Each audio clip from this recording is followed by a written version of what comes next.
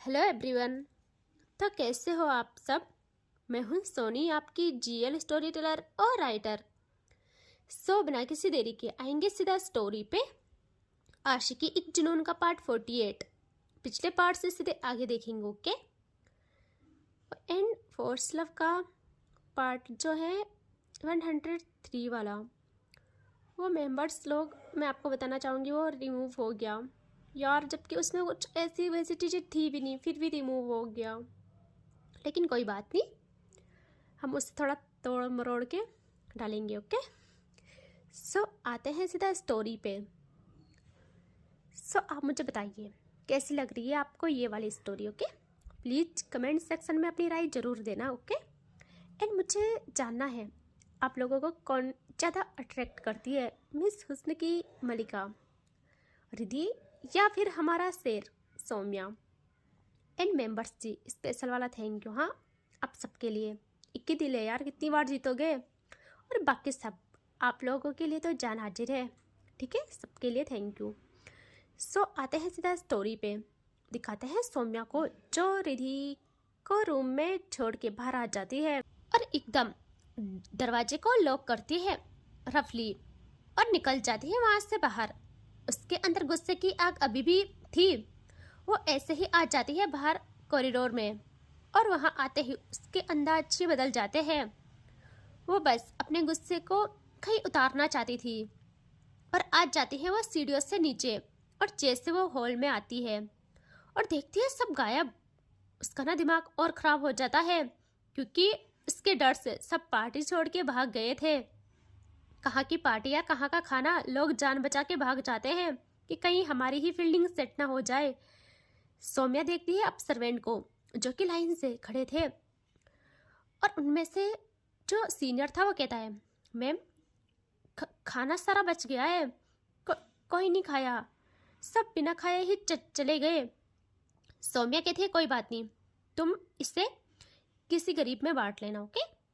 और वो घर से बाहर निकल जाती है और जैसे वो घर से बाहर निकली उसके पैर वहीं जम जाते हैं।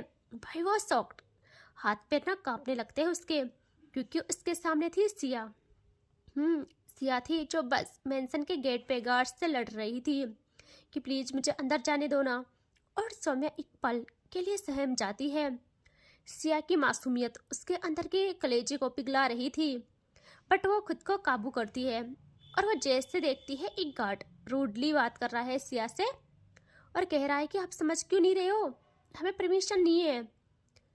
यहाँ सौम्या के अंदर ना आग लग जाती है, वो गुस्से में वहाँ आने को होती है और जैसे वो गार्ड बस सिया को टच करता लाइक कि यहाँ से जाइए ऐसे कहते हुए, जैसे वो सिया को टच करता उसी पल सौम्या एकदम उसका हाथ रोक लेती है और वो कुछ समझता उसका हाथ उसके जिस्म पे तड़पने लगता है और सिया सौम्या को देखती रह जाती है और वहीं फ्रीज हो जाती है।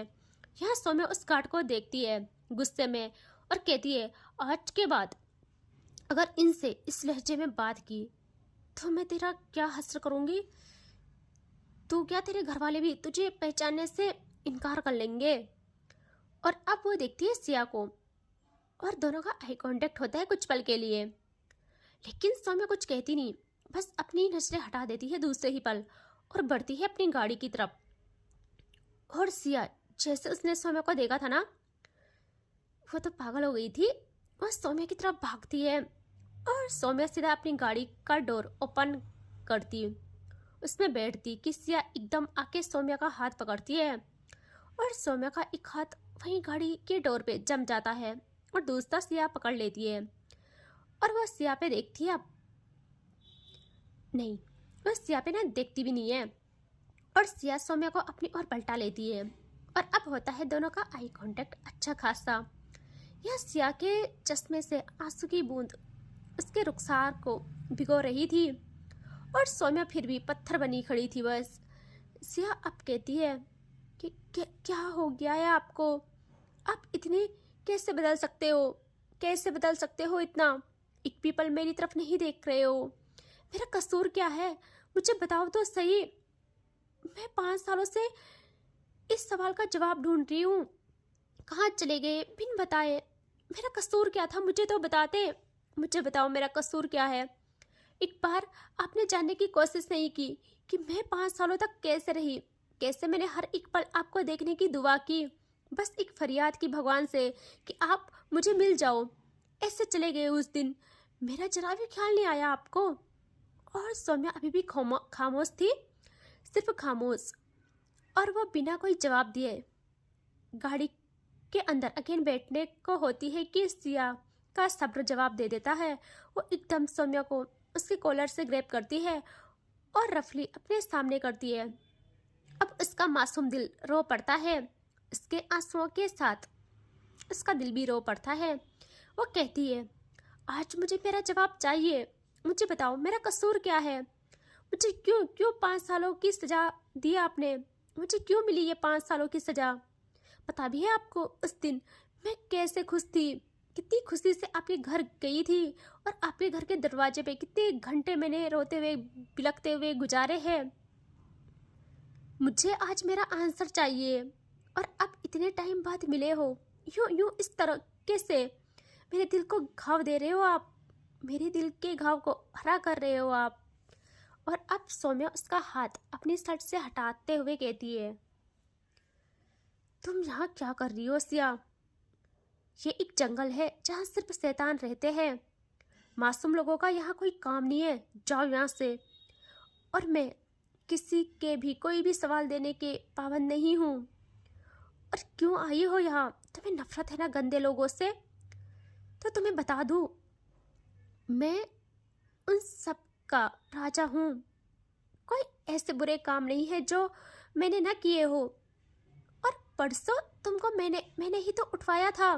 शुक्र है मेरा जमीर मुझे जगा गया, वरना तुम्हारा क्या होता सिया, तुमने सोचा भी है।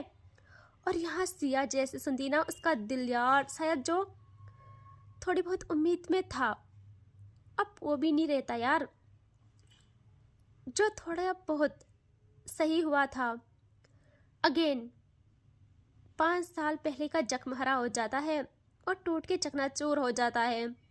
यह सौम्या जानबूझ के उससे सब बता रही थी ताकि वो दूर हो जाए उससे, क्योंकि सिया की मासूमियत उसके अंदर का इंसान चिंता कर रही थी जो वो बिल्कुल नहीं चाहती थी। और सिया अगेन सौम्या की शर्ट ग्रैब करती है और उसके सीने से लिपट जाती है। ओ भाई ये क्या था। यहाँ सौम्या को कुछ समझ नहीं आता, वो बस वहीं फ्रीज हो जाती है। यहाँ सिया उसे छोड़ती ही नहीं और रोते हुए कहती है, मुझे पता है आप झूठ बोल रहे हो, मुझे पता है सब। मैं यकीन नहीं कर सकती, मैं ना आपसे दूर नहीं रहूँगी, बिल्कुल नहीं रहूँगी। मुझे ही पता है मैंने 5 साल कैसे काटे। आप बताओ ना, आप यहाँ क्या कर रहे हो। इन लोगों ने आपको ज़बरदस्ती रखा है ना, है ना। मैं ना अपना सब कुछ लगा दूँगी। मैं ना अपने सब कुछ न्योछावर कर दूँगी, पैसे सब कुछ। मैं बस आपको ना यहाँ से निकाल दूँगी। पता वो मेरी कितनी पता है मैं कितनी मुश्किल से यहाँ का पता पूछ के आई हूँ। परसों रात थी तो मैं उतना देख नहीं पाई। पापा मुझे बाहर जाने ही नहीं देते हैं अब, वो बस मुझे घर में रखते हैं। मैं ना भाग के आई हूँ उनसे बिना इजाज़त के। मुझे आपसे मिलना था बस, मैं इसीलिए आई हूँ, वरना मैं पागल हो जाऊँगी। प्लीज़ प्लीज़ मुझसे बात करो। यहाँ सौम्या उसे अपने से यूं लिपटा देख के पूरी तरह टूट जाती है। वो अपनी आंखें बंद करती है और दूसरे ही पल अगेन सिया को खुद से दूर करते हुए कहती है, मैं कुछ भी झूठ नहीं कह रही हूँ सिया, मैंने ही सब किया था, मैं ऐसे ही करती हूँ। किसी की ज़िंदगी उसकी इज्जत मेरे लिए मायने नहीं रखती सिया, नहीं रखती है। सुन रही हो तुम, मैंने तुमसे झूठ बोला था, सबसे झूठ बोला था। मैं क्या हूँ, कैसी हूँ, मैंने सबसे झूठ बोला था। मैं सबसे बुरी हूँ, मुझसे नफरत करो सिया, सिर्फ नफरत। और वो अगेन पलटती, यहाँ सिया एकदम उसे बेखक करती है। और इस बारी वो टच, वो पागलपन सब सौम्या को फील हो जाता है। उसका दिल उसे बता देता है कि ये टच, ये सब आम नहीं है। ये तड़प किसी दोस्ती के लिए तो बिल्कुल नहीं है, किसी दोस्त के लिए नहीं हो सकती है। और उसी पल सौम्या को खुद से इतनी नफरत होती है जिसकी कोई हद नहीं। वो अपना हाथ कार की रूफ पे बहुत तेज मारती है और वो एकदम सिया की तरफ देख के कहती है, सिया प्लीज़ मुझे मुझे दुविधा में मत डालना, प्लीज़ मत डालना। जो जैसा भी जो जैसा भी दिल में है सब सब निकाल दो, अभी के अभी निकाल दो, अभी कुछ देर नहीं हुई है, सब निकाल दो वरना तुम बर्बाद हो जाओगी। और मैं ये पाप नहीं करना चाहती, मैं खुद से नफरत करने लगूंगी, मैं खुद को माफ नहीं करूंगी और ना ही मैं आज के बाद तुम्हें अपनी शक्ल दिखाऊंगी। मेरी दुनिया अलग है और मैं खुद खुद के बस में नहीं हूँ।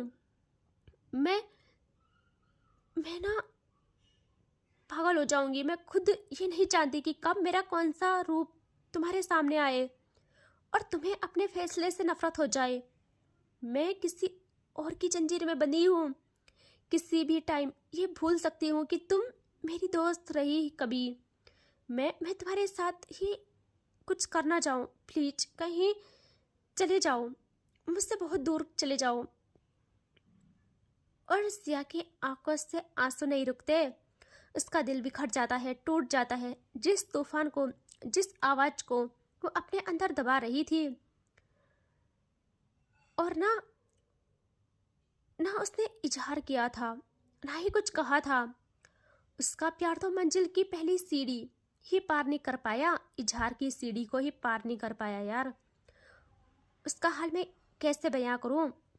उसे तो उसके 5 साल की तड़प के बदले 2 लफ्ज प्यार के न मिले थे। और सिया पूरी तरह टूट जाती है, बट वो दिखाती नहीं। सौम्या के इन लफ्जों से पूरी तरह बिखर जाती है और सौम्या जोरों से आंखों को मूंद लेती है, मानो खुद की फीलिंग्स को जाहिर करने से रोक रही हो। और उसे सिया की मासूमियत का पता था अच्छी तरीके से। वो अगेन देखती है सिया को, जो अब नजरें तक नहीं उठा रही थी। और यहाँ सौम्या अब हार जाती है उसकी हालत देख के। उसे याद आता है कि ये एक ऐसी इंसान है जिसने सिर्फ उसे दिया है, बदले में कुछ भी नहीं लिया है, कुछ भी नहीं मांगा है, कुछ भी नहीं। और सौम्या वो एकदम उसका फेस हाथों में लेती है और जैसे लेती है सिया की आंखें उन मोतियों के साथ चमक उठती है। और यहाँ सौम्या कहती है, सिया मुझे नफरत हो रही है खुद से, मुझे नफरत हो रही है खुद से। कहीं मैंने ना चाहते हुए, जाने अनजाने में, ना चाहते हुए भी, ना समझते हुए भी तुम्हारे दिल को ठेस तो नहीं पहुंचाई ना। मैं ये सोच के खुद से नफरत कर रही हूँ। मैं क्यों आई इस शहर में लौट के, इस शहर से ही नफरत है मुझे, मैं क्यों आई यहाँ। और वो और कुछ कहती, सिया एकदम उसके होठों पे हाथ रखती है और कहती है, कुछ नहीं, कुछ भी मत बोलो, आपने कुछ भी नहीं किया, ये मेरा कसूर है। आप खुद को दोष मत दो। और मैं ठीक हूँ, सच्ची में ठीक हूँ। देखो हमारे बीच कोई बात नहीं हुई है, समझे। मुझे बस आपका साथ चाहिए था, आप मेरे दोस्त हो। और किसने कहा मैं फीलिंग्स रखती हूँ आपके लिए। और सौम्या देखती है उसे। यहाँ सिया कहती है, नहीं रखती, मैं बिल्कुल फीलिंग्स नहीं रखती, कोई भी ऐसी वैसी फीलिंग्स नहीं रखती मैं। बस आप मेरे लिए सबसे ज़्यादा इम्पोर्टेंट हो। आप जानते हो ना, मैंने लाइफ में सिर्फ एक ही दोस्त बनाया है, वो हो आप। मैं आपको सबसे ज़्यादा इम्पोर्टेंट मानती हूँ। बाकी मेरे मन में ऐसा वैसा कुछ नहीं है। मैं तो, और वो बोल भी नहीं पा रही थी सही से। और सौम्या ना एकदम उसे गले से लगा लेती है, हक करती है। और अब जाके सिया को सुकून मिलता है और वो सौम्या को बहुत टाइट हक करती है, बहुत टाइट। और उसके आंसू बंद हो गए थे पूरी तरह। वो खुद से कहती है कि सिया, जो कहे ना कि तुम सिर्फ मेरी हो, वो जुनून। जो कहे मैं सिर्फ तुम्हारी हूँ, वो प्रेम। जो कहे मैं तुम्हारे बिन जी नहीं सकती, वो जुनून। जो कहे मैं तुम्हारे लिए ही जीऊंगी, वो प्रेम। और मुझे आपको हासिल नहीं करना है, मुझे बस प्रेम करना है, मुझे सिर्फ आपको चाहना है। बेइंतहा, बेहद, बिना किसी स्वार्थ के मेरा प्यार हासिल करने से कहीं आगे बढ़ चुका है, कहीं आगे। वो खुद से ये कह रही थी, उसकी मासूमियत देख रहे हो। वो कहती कि मेरा प्रेम हासिल करने से कहीं आगे बढ़ चुका है, मैं आपकी खुशी में ही खुश हूँ, मुझे आपको बिल्कुल तकलीफ नहीं देनी, ना गिल्ट में डालना है। मुझे इस बात की खुशी है आप मेरे सामने सही सलामत हो, बस बस यही मेरे लिए सबसे ज़्यादा इम्पोर्टेंट है। और पूरे 5 साल के बाद दोनों मिले थे। सौम्या सिया को हक से रिलीज करती है और कहती है, पहली बार आई हो यहाँ? नहीं नहीं नहीं, पहली बार नहीं, दूसरी बार आई हो, चलो ना अंदर चलते हैं। यहाँ सिया एकदम उसकी शर्ट को पकड़ के उसे रोकती है और कहती है, नहीं, मुझे जो चाहिए था मुझे मिल गया, अभी नहीं आ सकती, अब कहीं जाके चैन मिला है। सौम्या कहती है कि क्या कहा तुमने, जोर से बोलना। यहाँ सिया कहती है, नहीं नहीं कुछ नहीं, बस ये कि आज से वहाँ काम स्टार्ट हो रहा है, सो उद्घाटन के लिए जाना है, चलोगे मेरे साथ? सौम्या कहती है, कहाँ? सिया कहती है, वहीं जहाँ की ज़मीन के लिए मुझे उठवाया गया था। वैसे मुझे पूछना है आपसे, बहुत बातें करनी है। सौम्या कहती है, अरे आई एम सॉरी ना यार, तुम तो मुझे गिल्ट में ही डाल दोगी। वैसे मैं गिल्ट में नहीं जाऊंगी, क्योंकि अब मेरे अंदर ये सारी चीज़ें नहीं है, सिर्फ जुल्म सांस लेती है। और हाँ, मैंने गले लगाया, ये तुम्हारी मासूमियत का सदका है। बाकी मुझसे आगे कोई उम्मीद मत रखना, मेरे अंदर फीलिंग सांस नहीं लेती, सिर्फ फैसले होते हैं। सिया तो उससे बस देखती रह जाती है कि इससे क्या हुआ। यहाँ सौम्या के थे, एनीवे मैं आज तुम्हें ड्रॉप करूँगी, बताओ कहाँ जाना है? यहाँ सिया देखती है और कहती है, ये किस चीज़ का सदका होगा फिर? यहाँ सौम्या सिया के लिए डोर ओपन करती है अपनी गाड़ी का और सिया वहीं बैठ जाती है। यहाँ सौम्या डोर लगाते हुए कहती है, जो तुमने मुझ पे एहसान किए थे कॉलेज टाइम में, उसके। सिया की आंखें ना बंद हो जाती है सौम्या की इस बात पे, लेकिन उससे कहीं ना कहीं पता था सौम्या सारी चीज़ें क्यों कर रही है, ताकि सिया को सौम्या से नफरत हो। यहाँ सौम्या अगेन आती है ड्राइविंग सीट पे और गाड़ी स्टार्ट करती है और ये दोनों काफ़ी आगे आ जाते हैं, जहाँ सौम्या सिया से बात भी नहीं करती, दोनों खामोश थे। और काफ़ी आगे आते हुए सिया देखती है सौम्या को, जिसकी नजर अभी भी सामने सड़क पे थी। सिया से नहीं रहा जाता, वो कहती है, वो कुछ बोलने को होती है कि सौम्या एकदम ब्रेक मारती है, क्योंकि वो प्लॉट आ गया था। यहाँ सौम्या कहती है, तुम्हारी मंजिल आ गई मैडम। सिया उतरती नहीं है और ऐसे ही कहती है, लास्ट सवाल करूँ? सौम्या कहती है, बोलो। सिया कहती है, अगर मैं कहती कि मुझे आपसे प्यार है, जो कि बिल्कुल नहीं है, क्योंकि मुझे ऐसे जुल्मी इंसान से नफरत है, बट फिर भी मैं बस बोलने की बात बोल रही हूँ कि अगर मैं बोलती कि मुझे आपसे प्यार है तो आपका क्या जवाब होता? सौम्या बिना सिया को देखे कहती है, तो मैं बोलती कि तुम परियों जैसी खूबसूरत हो, मेरे यहाँ डाकुओं में खो जाओगी, और इस भोले चेहरे पे दीवानी मत हो, तुम बर्बाद हो जाओगी। और वो एकदम देखती है अब सिया को और कहती है, सिया तुम जब पूरी तरह मेरी सच्चाई जानोगी तो सिर्फ नफरत करोगी मुझसे, सिर्फ नफरत। और मैं यही चाहती हूँ कि तुम मुझसे नफरत करो। मुझे आज भी किसी के इश्क की जंजीर ने जकड़ा हुआ है, मैं आज भी किसी के इश्क में कैद हूँ, भले ही मैं कुछ भी दिखाऊं, लेकिन वो मेरे दिलो दिमाग से नहीं जाती है सिया। और मैं ये अच्छे से जानती हूँ, ये कैद ताउम्र की है, मेरी भी और उसकी भी। और जैसे ये सिया सुनती है, यार बची कुछ ही जो आस उम्मीद थी उसकी, वो भी मर जाती है। और यहाँ सौम्या निकलती है बाहर और डोर ओपन करती है सिया के लिए, और सिया ऐसे ही अपना दिल का हाल संभालते हुए उतर जाती है गाड़ी से। और सौम्या अब ना जल्दी से डोर लगाती है एंड ना उसे मुड़ के भी नहीं देखती, और अगेन अपनी गाड़ी में बैठती है और वहाँ से चली जाती है। यहाँ सिया के कदम तले जमीन गायब हो गई थी, उसके कदम वहीं जम गए थे। उससे कुछ समझ नहीं आ रहा था वो क्या करे। उसकी आंखों के आंसू थमने का नाम नहीं ले रहे थे और उसके आंखों के आगे अंधेरा छाने लगता है, तभी उसके पीछे उसके पापा आते हैं और कहते हैं, सिया तुम यहाँ, मैं पूरे घर में हर जगह तुम्हें ढूंढ रहा हूँ, तुम्हारी लोकेशन ट्रैक करनी पड़ी मुझे। बेटा कितनी बार बोला है मत निकलो अकेले घर से बाहर, फिर से कोई आ गया तो। यहाँ सिया अपने पापा के सीने से लिपट जाती है और लिपट के रोने लगती है और उसके पापा उसको ना शांत कराने की कोशिश कर रहे थे। उन्हें पता ही नहीं था कि क्या हुआ है। और यहाँ आते हैं हम सौम्या पे, जो वहाँ से सीधा गई थी किसी का काम तमाम करने, अपनी डील फाइनल करने। और घर में रात हो जाती है। घर में दिखाते हैं जहाँ सोई थी रिधि। उसे किसी भी तरह अब इस केस से आज़ादी चाहिए थी, उसकी बर्दाश्त से बाहर हो गया था। वो खुद से कहती है, मैंने अगर खुद को बस एक दिन में यहाँ से आज़ाद करके इसके पागलपन को पूरी तरह मिटाया नहीं तो मेरा नाम भी रिधि नहीं। और उससे अपनी मम्मा और पापा की भाई की याद भी सता रही थी। और वो आज भी सौम्या का वेट कर रही थी कि वो आए और रिधि अपने अंदर का खुमार उस पर उतारे।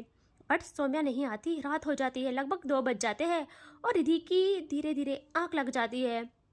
और अब हमें दिखाते हैं सौम्या को, जो कि आ जाती है अपने घर और फिर अपने रूम की तरफ बढ़ती है। नशा था उसे अच्छा खासा, इतना कि पूछो मत। और वो ऐसे ही डोर ओपन करती है और धीरे से डोर बंद करती है और देखती है रिधि को, जो कि बेड में सोई थी। यहाँ सौम्या ना खुद से अपने शूज रिमूव करती है और बेड के पास आ जाती है एंड अपनी शर्ट को भी रिमूव करती है और फिर एकदम रिधि के साथ आ जाती है उसकी ब्लैंकेट के नीचे। और रिधि जैसे आहट फील करती है, वो कुछ कहती या करती, यहाँ सौम्या एकदम उसकी कमर से उसे ग्रैब करती है, लाइक बैकहक करते हैं ना वैसे, और अपने माउथ को उसकी नेक पे ले जाती है। रिधि अपनी टमी पे सौम्या के हाथों पे हाथ रखती है और कहती है, छोड़ो मुझे, पागल हो क्या?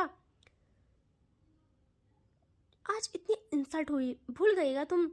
यहाँ सौम्या इस बात पे एकदम रिधि की नेक पे आ जाती है और अपना बदला लेने लगती है। और रिधि का दर्द उसकी आंखों से झलकने लगता है, उसकी आवाज़ों से भी। यहाँ सौम्या बिल्कुल नहीं रुकती और कुछ टाइम के बाद थोड़ा ब्रेक करके कहती है, मुझे तुम्हारे साथ ही सोना है, आज नहीं हर पल, जब जब मेरा मन करेगा मैं यहीं सोऊंगी। और वह अगेन उसके नेक पे अपने प्यार को रखने लगती है, अपने जुनून को रखने लगती है। और इस चीज़ से रिधि का दिमाग खराब हो जाता है।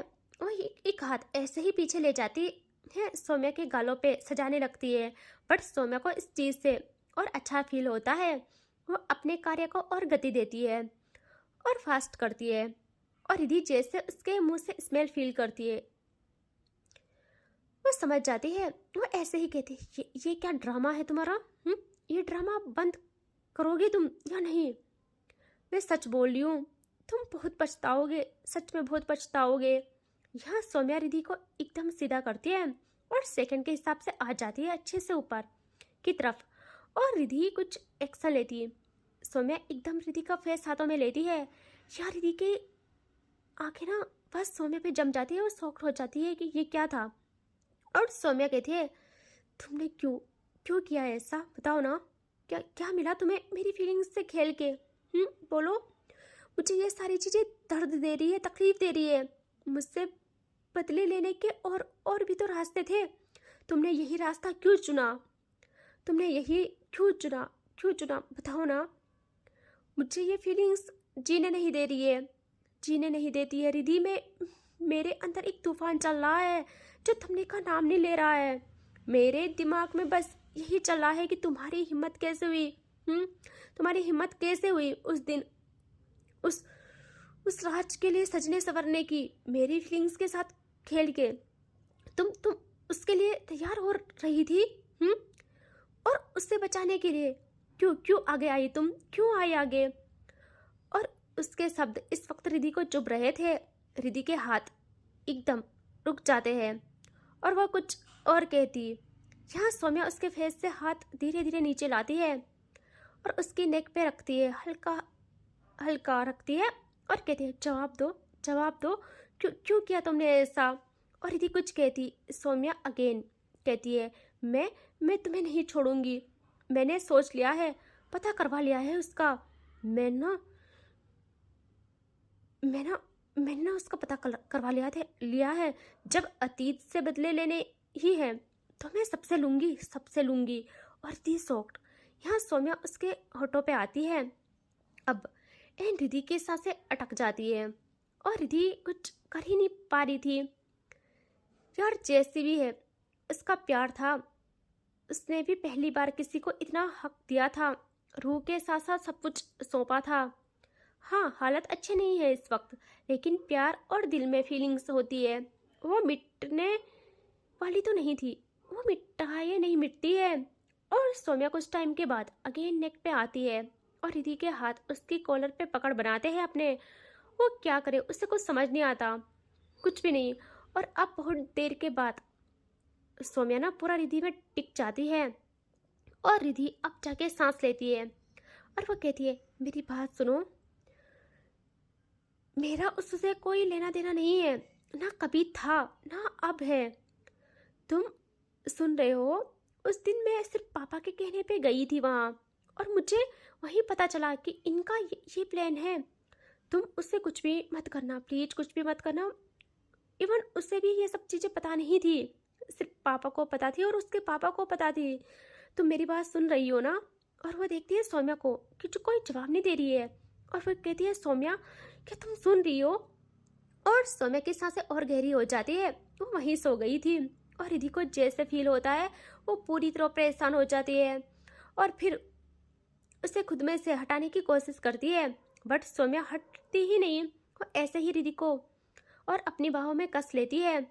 और यहाँ रिधि वो बस खुद को शांत करने का ट्राई कर रही थी, और बहुत टाइम के बाद सौम्या की बाहों में पूरी तरह रिधि समा जाती है, जब वो फील करती है कि सौम्या की ग्रिप इस वक्त गुस्से या बदले से भरी नहीं थी, बस उस तड़प से भरी थी जो उसने फील की थी। और इस तड़प से दोनों वाकिफ थे भली भांति।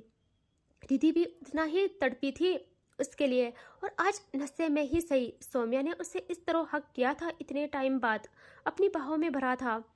और रिधि नहीं रोक पाती खुद को, वो भी एकदम उसे हक बैक करके जकड़ लेती है और दोनों सुकून से सो जाते हैं। और इसके आगे देखेंगे नेक्स्ट पार्ट में, ठीक है? Take care, bye bye.